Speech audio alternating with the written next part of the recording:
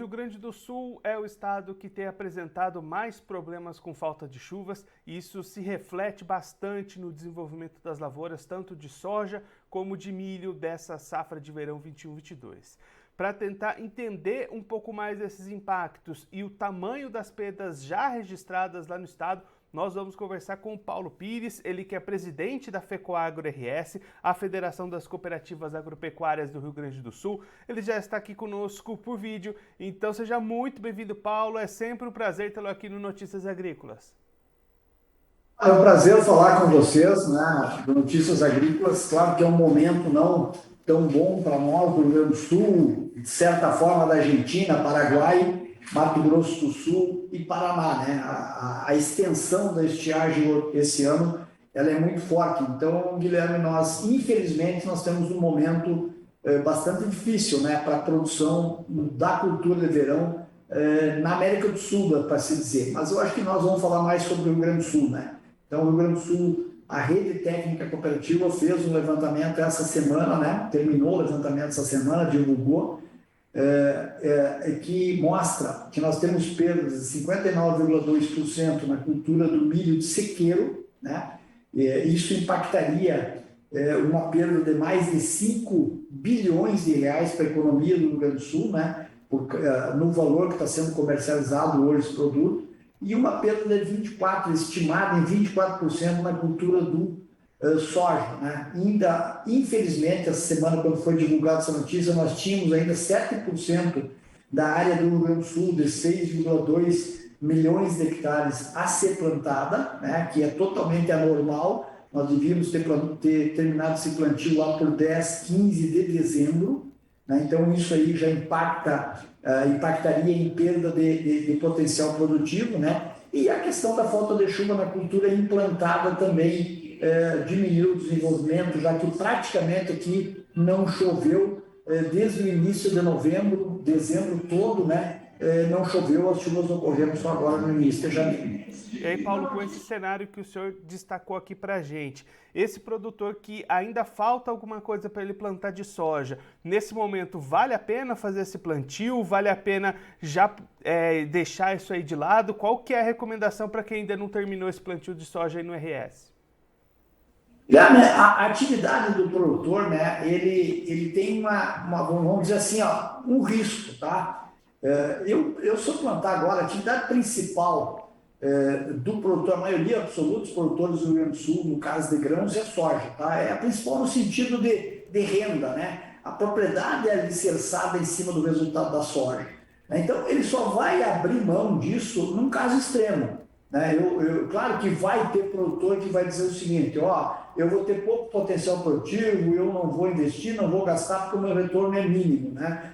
Pode, mas eu creio que a maioria absoluta dos produtores do Rio Grande do Sul, absoluta, dá mais de 95%, eles vão arriscar. Aliás, arriscar, né, correr risco, é uma cultura, faz parte do gaúcho e faz parte da agricultura, né? Então, eu não tenho dúvida que o produtor vai plantar aonde choveu, né? Ele está plantando, aliás, né? Desde ontem ele está plantando, e vai torcer para que o clima se normalize daqui para frente. Então, se houver principalmente calor e umidade, né? Ou umidade e calor até por ordem, né? Eu tenho certeza absoluta que ele tem um potencial produtivo para realizar até um resultado. E outra coisa importante, Guilherme, é que ele já tem, né?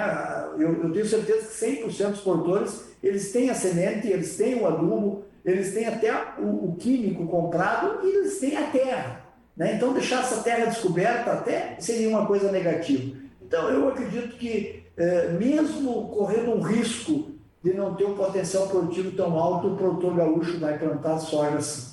E aí, Paulo, esses números que o senhor passou aqui pra gente, né, 59,2% no milho, 24% na soja, são as perdas já consolidadas nesse momento, mas esse número ainda pode ser modificado daqui para frente de acordo com o que acontecer, né? Como é que estão essas previsões? O que vocês estão esperando daqui para frente? Deve haver uma melhora nesse cenário ou essas perdas podem ficar ainda maiores? É muito boa a tua pergunta, Guilherme. A gente, às vezes, assim, ó, a gente entende que a gente está mandando uma mensagem pessimista. Não, A gente está trabalhando, né, com um trabalho de pesquisa, né, é um levantamento de dados e que mostram o cenário atual. Tá? Então, ou seja, no milho, eu vou ser bem peremptório, eu sou bem afirmativo, tá? Não vou fazer uma coisa política aqui e ficar em cima do muro. As perdas no milho, elas são irreversíveis. Tá? O milho, ele sofreu muito com a questão, principalmente na época reprodutiva do milho, tá? E nós temos muito pouca chance de ter números diferentes desses que nós estamos divulgando. Tá? Ou seja, uma safra aí no máximo em 3 milhões de toneladas. Tá? A safra prevista do Rio Grande do Sul era, se tudo corresse bem, de 5,8 a 6 milhões de toneladas. Tá? O soja nós temos um pouco mais de amplitude para mudar alguma coisa. Tá? No nosso entender, a situação é ainda mais grave do que foi divulgada. Veja bem, 7% da área não tinha sido plantado, tá? E 20% da área ela estava numa implantação inicial, ou seja, tinha área que a cultura nem ainda estava bem estabelecida. Outra questão é o porte. Se você andar hoje pelo Rio Grande do Sul, praticamente a metade da área do Rio Grande do Sul de soja, ele não cobriu o solo, ela não está verde. Ela ainda está com aquela palha, entendeu? A planta é pequenininha. Então, o potencial produtivo disso, né, para colher em março, o tempo que nos resta é muito pequeno para essa soja crescer, ter um porte adequado, ter uma produtividade adequada. Então, eu acho que nós temos, sim, um cenário, tá, de prejuízo consolidado no Rio Grande do Sul. Tomara que o clima de agora em diante ele se normalize, né? E principalmente na soja, nós tenhamos a manutenção, né? Não aumente esse percentual de prejuízo. Paulo, das preocupações, né, que surgem, principalmente quando a gente fala da questão do milho, é para sementes para a segunda safra que vai vir aí pela frente. Essas perdas do milho aí no Rio Grande do Sul são suficientes para prejudicar o fornecimento de sementes de milho que vão ser destinados para a safrinha, ou deve ter uma situação ainda tranquila? Como é que o senhor está vendo essa situação das sementes? Não, acho que não. Acho que a produção de semente ela está totalmente instalada, pelo menos a produção de semente aqui no Rio Grande do Sul, ela é feita em cima de áreas irrigadas, né? Então, nessas áreas irrigadas, mesmo que nós tenhamos aí no levantamento da RTC uma quebra de 12% a 13% nas áreas irrigadas, isso se faz em cima de lavouras que têm uma lâmina muito baixa, né? Lâmina é o número de milímetros da chuva que o pivô proporciona, né? O pivô de irrigação. Então, eu acredito que não. Eu acredito que a questão da semente ela está estabelecida, talvez até possa acontecer, isso não está dentro do nosso trabalho que nós divulgamos, mas é uma questão prática da gente que vive o dia a dia da agricultura, os preços atraentes do milho, né? E a demanda por milho no Brasil, principalmente para a indústria de proteína animal, né? Tornem atrativo o produtor plantar safrinha em qualquer área, né? Mesmo com condições adversas, às vezes, importantes, né? Porque é o que eu disse antes, o produtor tem na sua formação a questão do risco, isso faz parte da agricultura. Então, aí sim poderia, se o produtor se empolgasse em aumentar a área de milho e safrinha, aí nós poderíamos, eu acho, ter falta de semente. Mas isso é só um raciocínio meu, eu não estou com dados estatísticos claros sobre isso. Paulo, olhando agora para os reflexos disso no mercado, né? Aquele produtor que já tinha negociações fechadas ou de repente tinha feito até, né, troca de produtos ali pelos insumos para implementar essa safra. Como é que fica a vida desse produtor? O que ele pode fazer nesse momento? Olha, Guilherme, esse é um assunto muito delicado, tá? A gente sempre é claro, no sistema cooperativo pelo menos, a gente sempre é claro, a cooperativa não tem lavoura, tá? Então, a gente compra do produtor e vende para alguém. Então, a cooperativa vai ter que entregar para esse alguém. Então, a gente entende que todo compromisso, né, de contratos futuros, eles têm que ser cumpridos, ou no mínimo, né, chegar a um denominador comum, num achaute, em que se pague a diferença de que a empresa possa comprar de outro produtor, né, por exemplo, que tem irrigação, e cumprir esse contrato. Mas isso é uma discussão que a gente também tem um certo desgaste quando a gente vai conversar com o produtor que não colheu, né? Mas é assim que o mercado funciona, tá? O mercado, ele não pode trabalhar com a hipótese, vamos dizer, do contrato não ser cumprido. O contrato tem que ser cumprido e se houver prejuízo de alguma parte, isso aí tem que ser negociado, né? No sentido de que se compre de outro.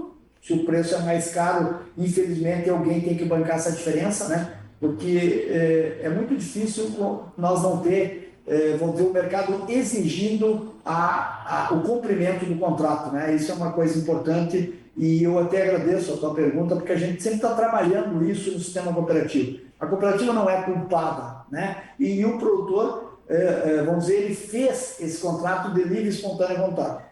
Então, é uma coisa de sentar, né, e conversar casos tecnicamente comprovados, né, a gente fazer uma estruturação de um acerto, acho que esse de um acordo, eu acho que isso é o que pode ser construído. E Paulo, para esse produtor que está verificando nesse nível grande de perdas nas suas lavouras, o que ele pode fazer a partir de agora? Quais são aí os próximos passos? Buscar seguro, buscar apoio em alguma entidade? O que ele precisa fazer para tentar amenizar de alguma forma essa situação para ele? Beleza, ó. Primeiro passo, né? A questão do seguro do PROAGRO, né? O produtor tem que olhar isso com carinho. O produtor, nós do cooperativismo entendemos que o seguro ele virou um insumo igual ao adubo, tá? Nós não podemos hoje plantar uma lavoura sem seguro, tá? Nós temos a questão da subvenção aí como um anseio, um pleito da ministra Tereza, mas infelizmente isso aí não tem chegado nos números que a gente desejava. Então, o seguro ainda é caro, mas ele é necessário, tá? Isso é importante, essa tua colocação. Segundo passo, né? Nós do Rio Grande do Sul entendemos que todos os municípios que têm um problema de frustração de safra, né? Eles têm que construir junto com a sociedade, né, um decreto de estado de emergência, né? Por que nós fizemos isso? Porque na última seca aqui no Rio Grande do Sul, em 19 e 20, nós tivemos 200 municípios onde seus produtores, né, os produtores desses municípios, não conseguiram acessar aos benefícios, né, daquele programa que o governo federal fez para os atingidos pela estiagem, porque o município não estava em estado de emergência, né? Isso é uma questão burocrática complicada. Aqui no Rio Grande do Sul nós estamos tentando construir uma decretação de estado de emergência do Estado como um todo, junto ao governador Eduardo Leite. Se nós conseguirmos isso melhora, né? Parece que o Paraná está construindo esse caminho também, isso seria muito bom. Parece uma coisa burocrática, mas é importante. Entre 15 meados de 15 de janeiro a 30 de janeiro, nós pedimos, né, o documento elaborado pelas entidades PED, liderado aí pela secretária da Agricultura, Silvana Covatti, ele pede um estudo detalhado de perdas, tá, realizado pela Conab. O que isso vai impactar? Vai impactar uma convergência de número, ou seja, por exemplo, nós da RTC temos esse número, né, mas o da Conab pode ser diferente. Então, nós estamos designando, instruindo que a Conab seja, vamos dizer, a construtora de um número convergente de todas as perdas, né? E aí sim, nós temos as perdas, nós temos que começar a construir o que pode ser feito pelo governo federal, pelo governo estadual, né, para atender principalmente os mais, vamos dizer, os mais atingidos, né? Principalmente pequenos produtores, que é uma questão, às vezes, de sobrevivência, né? Então, esse é o propósito. O sistema financeiro, claro que vai estar incluído nisso, e por isso também nós estamos pedindo uma trégua, né, nas contas de custeio, principalmente, que vencem, né? Investimento que vencem agora, no primeiro semestre, né, nós estamos querendo fazer com que haja, através de uma normativa do Banco Central, enfim, do Ministério da Economia, uma normativa para que esses vencimentos, né, se protelem até julho, né, porque daí nós temos lá a condição bem mais clara, bem mais da condição do produtor de pagar, ou o que nós vamos ter que fazer com essas contas que vencem agora no primeiro semestre de 2022.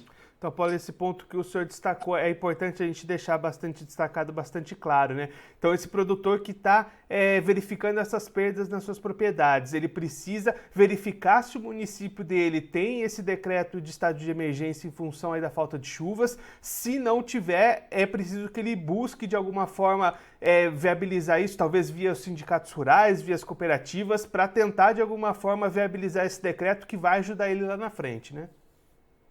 Perfeito, Guilherme. Nós temos que construir, né, com as forças vivas da comunidade, né, cooperativas, sindicato, enfim, juntamente com os prefeitos, né, essa construção. Nós entendemos, às vezes, essa questão do estado de emergência, enfim, calamidade, ela envolve muito questões pontuais de necessidades da pessoa, de seres humanos, entendeu? Tem que faltar água para beber, tem que faltar água para alimentação de animais, enfim, ele às vezes tem algumas coisas, no meu entender, burocrática. Porque a perda econômica, ela vai acarretar essas coisas logo ali, né? Então, principalmente, nós temos uma visão do cooperativismo que é fundamental, né? Que o município, tendo perda econômica significativa, por exemplo, um município que eu convivi com isso, que é São Luís Gonzaga, no Rio Grande do Sul, nas Missões, as perdas já representam 2 vezes o orçamento da prefeitura, né? Então, você acha que uma perda de 2 vezes o orçamento da prefeitura não vai impactar na vida das pessoas? Tenho certeza absoluta que vai, né? Então, nós temos que construir isso junto com o prefeito, para o prefeito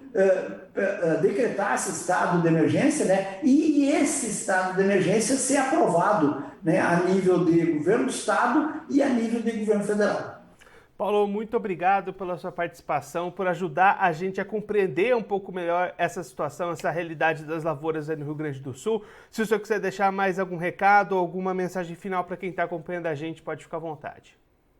Não, eu é que agradeço para ti, Guilherme, para vocês, todos do Notícias Agrícolas, para as pessoas que estão nos acompanhando, né? E dizer que não é que essa questão da divulgação a gente faz, né? Vocês fazem para a gente, até para nós converger, né? Vamos dizer, numa reação, vamos dizer assim, do setor público, para ajudar principalmente as pessoas que têm perdas e não podem resolver isso internamente, ou ele individualmente, né? Então, esse é o objetivo, e por isso que é muito importante quando vocês, né, da imprensa, divulgam essas coisas, principalmente da forma transparente que a gente sempre conversou, né? Então, um abraço a todos, muito obrigado pela oportunidade. Paulo, mais uma vez, muito obrigado. A gente deixa aqui o convite para o senhor voltar mais vezes. A gente sempre atualizando essas informações aí do estado. A gente espera que da próxima vez com notícias melhores para os produtores gaúchos. Um abraço, até a próxima. Um abraço. O Paulo Pires, ele que é presidente da FECOAGRO RS, a Federação das Cooperativas Agropecuárias do Rio Grande do Sul, conversou com a gente para mostrar um pouquinho como é que está a situação das lavouras de soja e de milho dessa safra de verão 21-22 lá no Rio Grande do Sul, uma safra bastante marcada pela falta de chuvas, pela estiagem e como reflexo disso pelas perdas de produtividade e de produção. Os números levantados em um estudo realizado lá no estado pelas cooperativas já apontam perdas consolidadas no milho de 59,2% daquilo que era esperado inicialmente. Então, a produção que era esperada entre 5,8 e 6 milhões de toneladas já está em apenas 3 milhões de toneladas lá no Rio Grande do Sul, e essas perdas podem ainda ser maiores com o avanço da safra e o avanço do apuramento desses números. Já para a safra de soja, as perdas consolidadas já são de 24%, um número que também pode ainda ser maior. Paulo destacando que quando esse levantamento foi finalizado, ainda restavam 7% de lavouras para serem plantadas, muitas áreas estavam recém-plantadas, então esse número, esse prejuízo ainda pode ser maior. Diante de todo esse cenário, a recomendação da FECOAGRO, a recomendação do Paulo Pires, é que o produtor busque o acionamento dos seus seguros e um ponto bastante importante que pode parecer burocrático no primeiro momento, mas vai fazer diferença lá na frente quando esse produtor for tentar acionamento dos seus seguros, for tentar também aproveitar algumas vantagens governamentais, prorrogamento de contas, de repente até alguma verba emergencial que possa surgir lá na frente. É buscar que o município em que ele está presente tenha um decreto de emergência diante dessa situação da falta de chuvas. Então, o primeiro ponto é aquele produtor verificar se o seu município já tem esse decreto, caso não esteja, buscar ali união com outros produtores, via talvez sindicato rural, via cooperativas, para tentar, junto às prefeituras, viabilizar esses decretos burocráticos, né, de estado de emergência, mas que lá na frente vão fazer diferença. O Paulo destacando que na safra passada, em que o Rio Grande do Sul também sofreu com as secas, produtores de 200 municípios gaúchos não conseguiram ter acesso a verbas emergenciais do governo, já que os municípios deles não tinham esse decreto de estado de emergência. Então é um ponto bastante importante para ficar atento. Bom, eu vou ficando por aqui, mas a nossa programação continua, então fique ligado no Notícias Agrícolas. Participe das nossas mídias sociais, no Facebook, Notícias Agrícolas, no Instagram, @Notícias Agrícolas e em nosso Twitter, @Noteagri. E para assistir todos os vídeos, se inscreva no YouTube, na Twitch, no Notícias Agrícolas Oficial.